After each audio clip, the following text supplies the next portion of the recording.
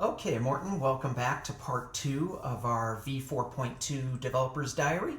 Now we're going to dig down into special abilities, and I'll just try to go nation by nation. So let's start with Germany. There's a really cool new special ability that Germany has called Condor Legion. And what this is for the Spanish nationalists, the Germans have the option to pay 5 IPP and then take a fighter that's already on the board and send it down, deliver it to the Spanish nationalists. It's in a way, it's kind of an equivalent to Deutsche Afrika Korps, where you pay the 5 IPP and then you send this unit down.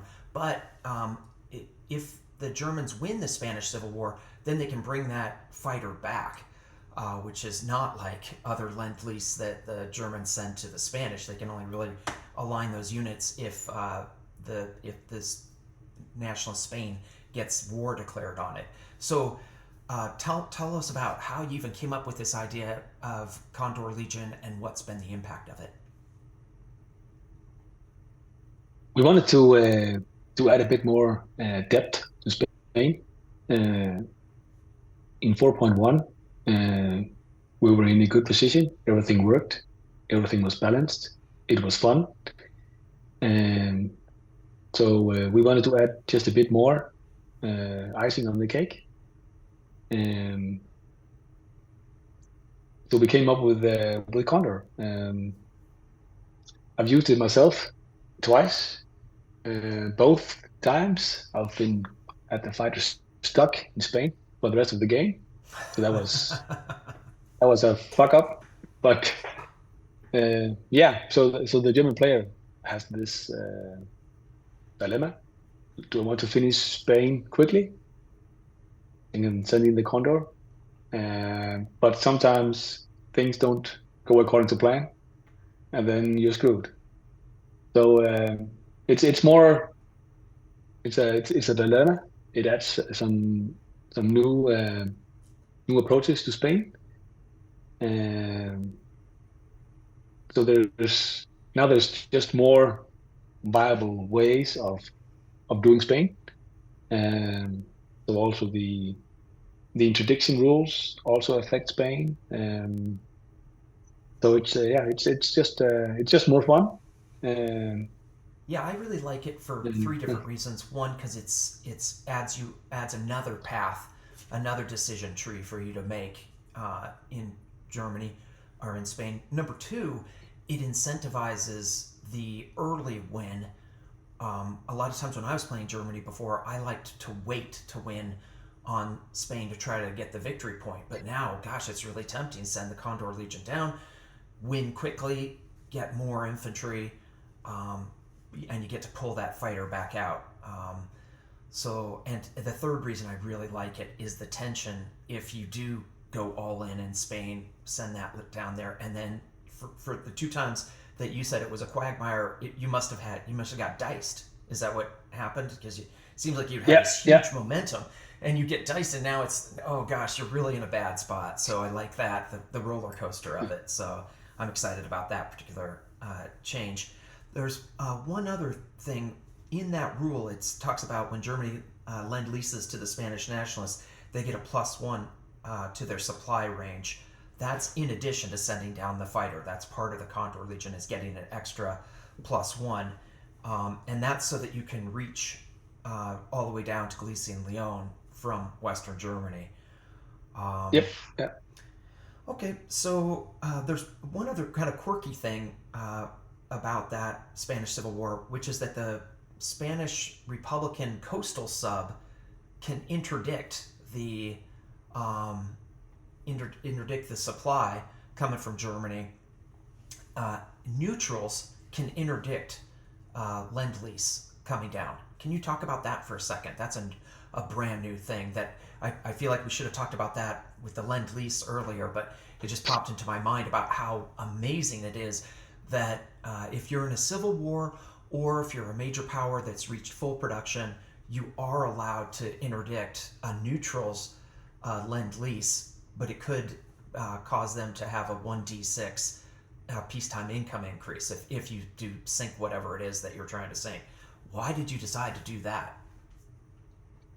It was actually when we threw all the balls up in the air for supplies. This was something that came up, uh, and you can argue that why shouldn't you be able to sync something if you wanted to? Let's say you see American Lend-lease and you're the Axis, and for some reason you don't like what you're seeing. You should be able to sync it. So we wanted to add that into the game, um, and then we had added the Civil War possibility exactly for the Spanish to be able to use their fleet. So this is just another way of making Spain more interesting Mm-hmm. because the submarine is able to do it, but it has to be next to the coast where the planes from the nationalists can reach. Mm-hmm. So then do you risk your fighters? Let's say that the Republicans send in some naval units along with the submarine. Then what? So it's more options. Mm-hmm. And in previous games, the naval units in Spain were less utilized. Right. So it's They were just a way pretty of static. Yeah. yeah, and it's actually it's a good example of introducing a new concept. Um, and then after a lot of testing, expanding on that concept to more areas Mm-hmm. of the game. And I actually think that when you look at the version, the 4.2 rules, you will actually, I hope that you will think that they did a good job integrating all these elements with tech, with objectives, with units, with everything should feel uh, integrated. At Mm-hmm. least that's my objective. Well, Um, I didn't mean for this next one to play exactly into what you're saying, but the next thing is how Deutsche Afrika Korps has changed in how the units are delivered. There's no longer this special rule about how they get delivered and how they're possibly interdicted. You just integrated the delivery of them, so they follow the supply path rules. There's not the rolling a one or a two. So my next point is feeding into exactly your desire to have unification and have similar concepts play out over and over again. So, okay, now let's talk about Soviet changes. There's a new Soviet special ability called International Red Aid. And what this is you can use an air transport to deliver sufficient supplies to upgrade a militia to an infantry. So you could send two IPP with the Soviets to the CCP and fuel their growth if you so desire. Also, you can this IRA, the International Red Aid, doesn't trigger the contain communism special ability of USA. If Russia lend leases a unit to CCP, then the USA can lend lease a unit to KMT. But International Red Aid does not do that. So this is a totally out of the blue special ability. What made you decide we needed this special ability, and what's been its impact? the reason for IRA was actually the balance in China. So if you look at the different path the civil war in China could take, some of these paths were actually a dead end for CCP. So once you were on that path, KMT would be sure to win. So we wanted to address this, and the IRA concept is the answer for this. Um, and the impact has actually been that KMT is no longer sure to win if Japan stays out of China. So of course, KMT is still in a good position, but it's no longer a 100% sure thing. So in 4.1 and earlier, if the KMT player was somewhat experienced, they would win if Japan stayed out. But now Comintern has more options available. Just like Spain, where you made more viable pathways, you've made more viable pathways in China. We'll come back Yeah, to that with Japan's special ability, but I definitely see that there's a lot more chaos in China now with what can happen. There's one other we talked about at the end of the Condor Legion. There's a special ability to give the Germans a +1 supply range when they're delivering to Spain. Similarly, there's a little additional clause in international red aid that allows the Soviets to send Lend-lease to the Spanish Republicans through the Turkish Straits. So you set that up so that even after Germany takes over France, that the Soviets can send Lend-lease to Spanish Republicans. Do I have that right? yeah. So whenever the Soviets goes to war with a major power, the Turkish Strait is closed as Ah, per it's not the about France. It's about Turkey, rules. of course. Yeah, Yeah, yeah. yeah. So we needed to come up with a solution for that. Otherwise, the Spanish Republicans would be cut off from Lend-lease quite early. Right. So we adopted the IRA to also cater for this scenario. So clever because the international red aid gives them kind of the diplomatic ability since they're delivering, aid to the Spanish Eh, Republicans. Yeah, Yeah. Okay. Very clever. and Okay. it actually this particular scenario, I think we did 5 playtests, and then suddenly, wait a minute, you can't send Lend-lease to Spain anymore. Mm. So we realized that quite late in our playtesting that so this is just another example of you need to playtest a lot to really iron out all these quirky situations. Mm-hmm. So yeah, so that's the IRA, and it's not a free thing for the Comintern because it's 2 IPP, and 2 IPP is quite a lot Yeah. early on in the game. So they also have to really invest Mm-hmm. and commit.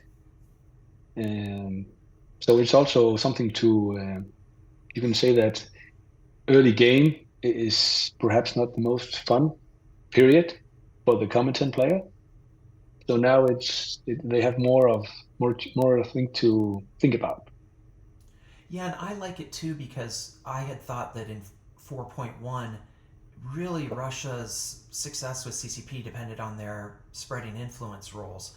And if you didn't get any luck there, you were just in a death spiral. You just couldn't grow. So this gives the chance for CCP to possibly grow even if they aren't lucky. So I like that. Exactly. Yeah. Yeah. Okay, let's And talk when about. when they do grow, it actually also opens up more options when Japan or if Japan attacks China. Mm, Because if they get IRA early on, um, they're actually quite powerful. So in many games, they would make peace with the KMT and will withdraw from Shenxi to defend together. And at some point, perhaps double cross or whatever. But now they're actually so powerful that they could stay in Shenxi right. because the Japanese, if they're looking at a stack of 10 units in Shenxi, perhaps it's not worth it for them, Mm-hmm. right? So they'll just go around. Right. So it also opens up the possibility for more of a different variety of gaming later on when Japan comes into the action. Let's talk about Japan and their special ability changes. So the first one is we were talking about the city rule that there's a limit of 3 turns. Surprise attack has been modified. So now, if Japan attacks a city, for example, in the playtest game I was in, uh, Randall attacked Sydney, and he wasn't limited to 3 turns because he used his surprise attack on that. So that's one important rule to point out. But another one, do I have that right, Morton? Is that right? That surprise attack isn't limited to 3 rounds, or am I misremembering? Yes, yes, Okay. yes. And the reason is actually is because we don't want the game to end. So let's say that Japan messes up and loses its supplies attack on Calcutta or Sydney. It's a devastating blow. Right. So it's next to impossible to recover from that. So we wanted to remove the possibility of these new rules screwing up the game for Japan. Another Similarly, really we have the exception for Germany with the -2 to vehicle class. So when they use the on Blitzkrieg, Blitzkrieg. Oh, I should have mentioned that yeah, for their special yeah, abilities. That's true. Is yeah, Blitzkrieg has been adapted. Do they don't have the -2 when they're doing their Blitzkrieg for vehicles in cities? Are they also not limited to 3 turns in cities? they have Yeah, they have the limit, yeah, they do have but the limit. yeah. Interesting. Okay, So then. it's actually this is actually a good example of when we design new stuff. We tend to look at the possible pitfalls, and we have become better and better at identifying potential pitfalls for these new things. So it's better to, um, for example, the screening rules from 4.0 is actually a good example of this, where we more or less we wanted to remove the one destroyer blocking option. I don't know if you can recall that The from picket line. Yeah. yeah, way back. So we introduced naval screening, um, but we didn't want the Americans or the British to take Tokyo and London every time, just go in and crash them. So to remove that option, we introduced the restriction. You can't clear the zone and then in the next zone do an amphibious assault. Mm-hmm. That was to counter any possible pitfalls of Tokyo always falling or Rome always falling. And and now we have actually removed that restriction in the Right. 4.2 rules because we are now confident that that's no longer an issue. So we after we have import and all the other stuff that has gone into the rules, the that is no longer a problem. So you can say that some of these new things they get implemented in steps across the different versions. Mm-hmm. Um, So that's a huge thing just for the viewers that you can endlessly subdivide with your naval screening forces. So you can go in, attack one unit, and you divide up into a screening force and a continuing force, and then the continuing force can move on to the next, divide up into a screening and continuing force. You're only limited by your movement capacity. So, you can just keep going forward. I think that's going to be a very interesting thing because a lot of times players have set up, let's say the Americans are located at Midway, maybe the Japanese put one destroyer in each of 3 sea zones to prevent the Americans from going all the way to Tokyo, as you were saying. Well, now they could go out and hit just one of those destroyers and continue going forward with the rest of the fleet. So that's a really interesting change.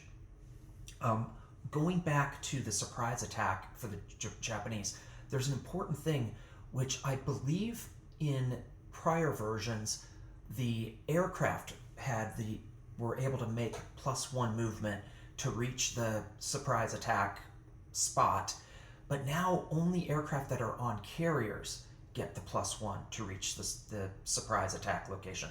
Is this correct, or have I caused myself confusion.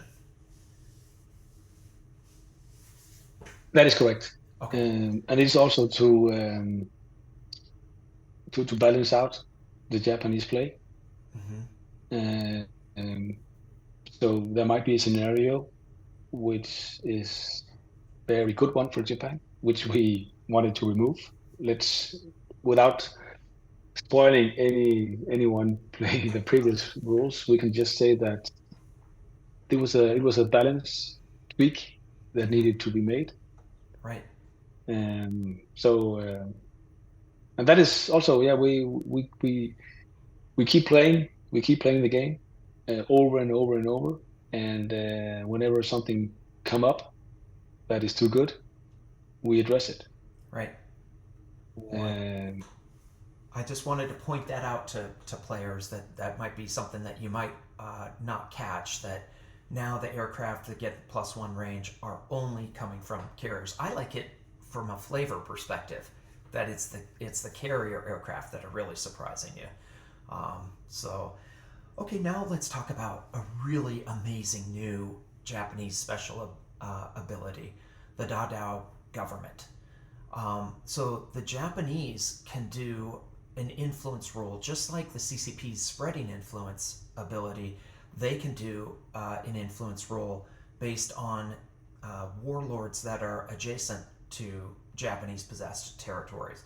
So if the Japanese possess Rihi and they want to try to influence Beiping, they're only having one territory touching them, so they could pay one IPP and increase the odds of a D12 from to roll on a 1 or a 2, they'd be a success. And similar to the spreading influence roll, if they roll a 12, they backfire.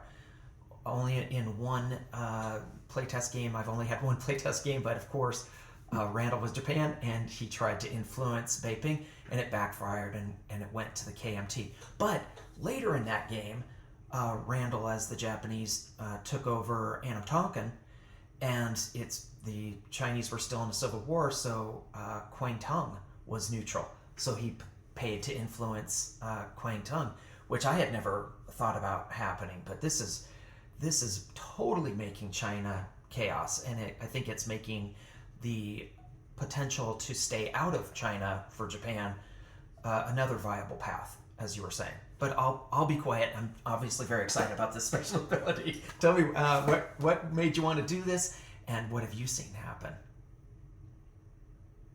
well, we wanted to make a juicy steak for the Japanese player to really tempt him from going non-vegan and going into this steak. So it's on paper, it's a no-brainer for Japan, but there's also a drawback of sinking IPP and attention into China. But it's a way of opening up, of creating more chaos, like you say. And we've seen all kinds of variations of this happening. We've seen a lot of times where Japan do get that out, and then what? We've also seen it backfire. So it's a lot of chaos, a lot of fun dilemmas, a lot of fun strategies. If you look at the history of of the Second World War in China with Japan, it's a clusterfuck of puppet governments and of betrayal of warlords. More than 500,000 KMT soldiers actually defected to the Japanese puppet governments because their commanders were paid, bribed. And Dao Dao is our way of making this super complicated element of the Chinese Civil War be a part of global war. And so we use the same rules as we do for CCP influence. So again, to make it simple to understand. Mm-hmm. But I think it brings a lot of fun to the game. Definitely. So we also took out some Japanese special abilities that was not heavily utilized, Yes. or perhaps were less fun. So every time we put stuff in. We also look at can we remove stuff so that the overall game is not. We don't want even more the game to be ever increasing. So we want a simplified, streamlined game Right. with as much chaos as possible. One of the special abilities that you took away from Japan was the Patriotic Citizens, and that was the one that if America had more than 4 naval transports in the Pacific, then Japan got reduced cost militia. So that one's no longer, and so America can build as many transports as they want in the Pacific. Um, on the flip side, you got rid of Island Nation, which was the one if you surrounded all the sea zones, then Japan couldn't collect any of its income. Um, do you want to talk about that particular one? Because I believe you told me why pile on when Japan's already losing, or why pile on if Great Britain's already losing, something to that effect. Yeah, you're right. I mean, why punish a losing player even more? Um, so that's one thing, and the other thing is that it's actually super complicated to make work Island Nation because what about why should you be able to produce if you have factories overseas? What about convoy lines? You're still able to convoy even though you're not actually receiving any trade from your colonies, right? It's actually it's quite hard to get right in a way of that it feels right. So let's just what did it bring to the game? We didn't think it brought any good, or, so we took it out. Uh, It was a good thing because in a game I played with some friends recently, I was America. Surrounded Japan, but I also convoy raided. So they collected like a tiny amount of money, and then they lost that money from convoy raiding. It was really abusive. So I'm glad for that change. I think that was the right change to make. Okay, we already talked about how Island Nation is gone from Great Britain, but Commonwealth did get a new, or Britain got a new special ability called Operation Catapult. That's where Britain can carry out port attacks on Vichy ships in port without a declaration of war. You want to talk about that? it happened historically. It was a devastating attack, and Vichy and the French struggle uh, has been a continuous refinement of how do we make it to be fun, somewhat historical, and still balanced. And that's why we added this as a new way of mixing things up in a fun way, because now we already have the import rules that happened previously. So it's just another way of integrating with a historical flavor Mm-hmm. in a fun way. Um, I like it because in a certain number of games, Vichy's going to have a really good navy. When that happens, then the Allies might be really hesitant to declare war on Vichy. This is a way to attrition that navy, and try to, uh, without declaring war on Vichy yet, knock them down before you do that. So I thought that was a good change. Okay, the Italians have a change to the Imperio Italiano special ability. Now, if you do succeed in taking over Greece and Cyprus and all those islands that you need in order to fulfill the requirement of Imperio Italiano, then you're able to trace a supply path between 2 air bases up to 5 away.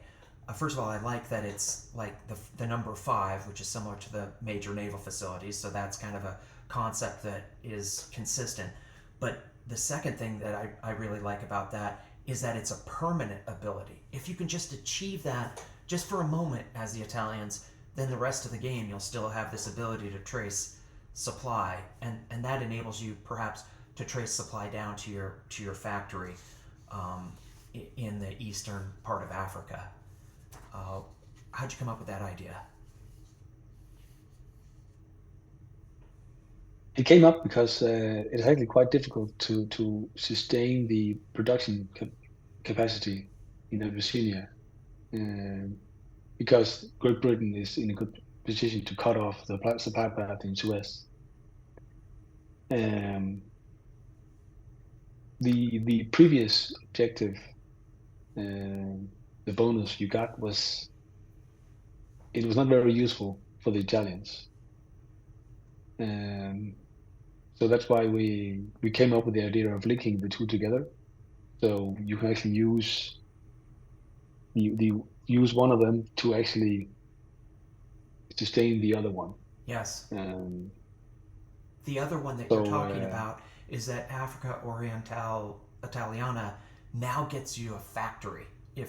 When you take out Abyssinia, now you get to place a factory. You don't get a colonial infantry, so you get one less infantry. But boy, it's way worth it to have that factory, because Silk was in our playtest. He was just churning out units, and it allows you to just have a whole bunch of units that are just spreading all over Africa. I'm Britain, and it's a nightmare.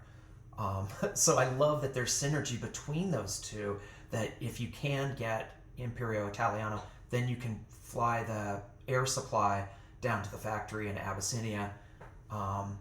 Fighters can interdict that supply. They can stop that supply, but you do have a path. Yeah, correct. Yeah. And also the previous bonus, where you have a unit that keeps respawning if it's eliminated. Again, that can be hard to explain to any new players. I mean, how does that work? Where does it go, and where does it come from? So that has no longer. We took both of those out. Yeah. I see. So you got rid of a complicated thing, and you brought in something that has synergy with another skill. I really like that. There's one last thing about special abilities, and it's for CCP, KMT, and Free France. It's about the decentralized production. There used to be a cap that you could only build 3 units in a particular land zone with decentralized production, but now there's no limits. You can just build whatever you want, wherever you want. Any comments about that? Was that just a simplification? We didn't really need to have that cap, or what were your thoughts about that? Have you ever wanted to place 4 units in one zone as a KMT? Right. So now you can. Yeah. I mean, but have you ever done it in the game? Wanted to do it? Oh, have I ever wanted to do it? Well, I just saw it in our playtest because Hambone wanted to build, I think, 2 militia and 2 infantry in Nanking. I might be misremembering, but it's not the end of the world if he does, and it's really, really rare. Yeah. So rare that that's the only time I can think of. And maybe it didn't even happen. Maybe he already had 1 militia there, but it's not the end of the world, and it simplifies things. So, correct. Yeah. Okay, so that's the end of our section on special abilities. We'll end this video. We'll start another one right back up, and that we'll start talking about technology and some other rules changes. So thank you so much, Morten.